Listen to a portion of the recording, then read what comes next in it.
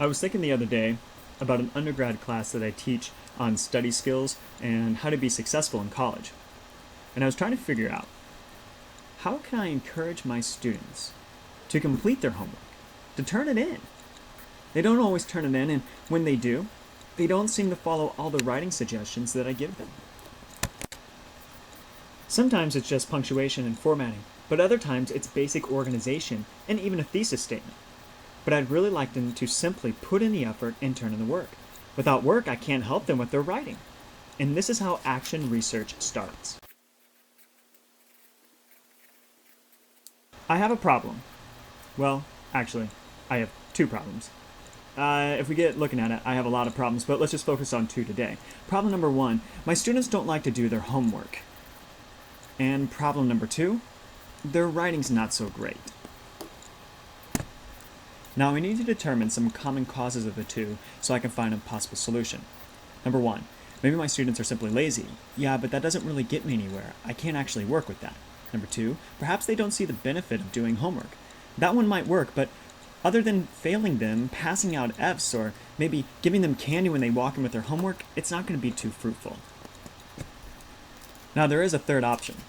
Maybe they are not entertained enough by the homework assignments that I assign. I'm not suggesting that they should feel like they entered a circus every time they do homework. But are they engaged? Or are they always bored? Now this is something I can work with. How do I motivate them? How do I get them involved in their own learning?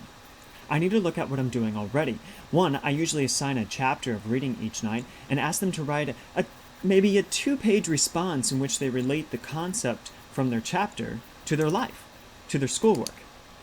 For example, describe your reading habits. Do you like magazines? Books? Do you maybe read mostly online? Maybe you just read for school. Maybe you read for leisure, out of school material.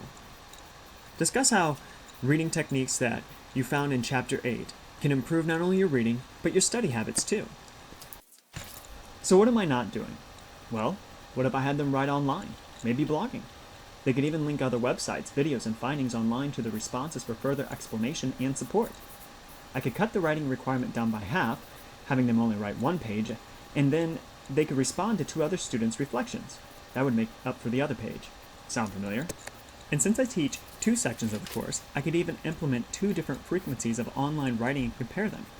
One class could have the majority, if not all, their writing online and always responding to each other, while the second class alternated each assignment, handing in maybe half of the assignments in a hard copy form, while the other half were online. There are 10 assignments altogether, so this would work out nicely. And then I get to compare. So now I've thought of this problem, I've looked at some causes, and I have a general idea of what I want to do, but what's my question? Well, the first thing, it needs to be important.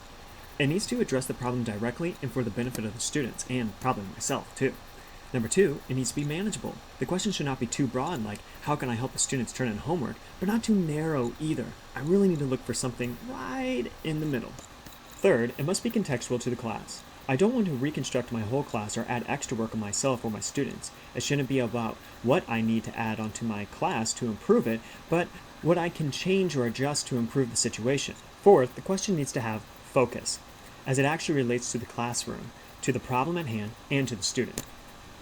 Next, I should consider whether my question is an open-ended question, not just a yes or no answer. I don't want to start with did or anything. Try starting with how or what or why.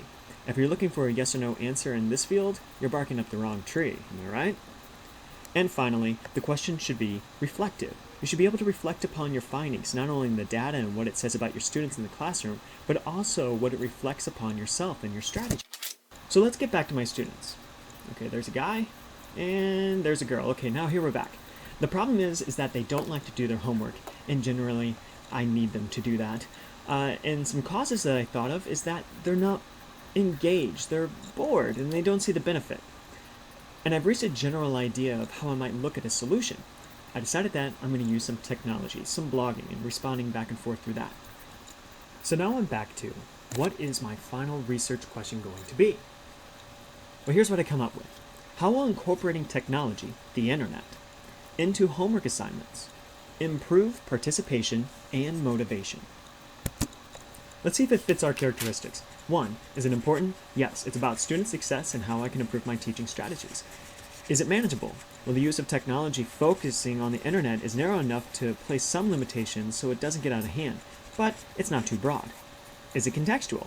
It fits into a day-to-day schedule, not adding more than I can handle. Does it have focus? It's about the problem and students, so yes. Is it open-ended? There's a how, so I don't have to plan on getting a perfect answer, but I get a variety of possible solutions in the data. And can I reflect upon it? Well, yeah. It will tell me about student motivation and how they respond to one another, and it will help me better understand the technology in education. Now, of course, I could add other questions to this research, like how do peer evaluations improve the quality of student work, in which I formalize the student responses a little bit more, and maybe even set a peer evaluation form for them to fill out. And I always have one of those peer evaluation forms handy for them. There we go. There it is. Other questions that I could ask is, what is the relationship between student participation and motivation with multimodal work? I probably wouldn't ask them to have a multimodal aspect to all of their essays, because that's when I start adding way too much work for them. And really, it's way too much work for me. And that's no good. Look at all this stuff. We got the computer going on, we have the multimodal, we have the essays, and then it goes over here, and we have more homework. When am I going to grade all of this? And we've talked about this before. This is just driving us insane. Focus on maybe one question, and that's about it. And that's about how you do it.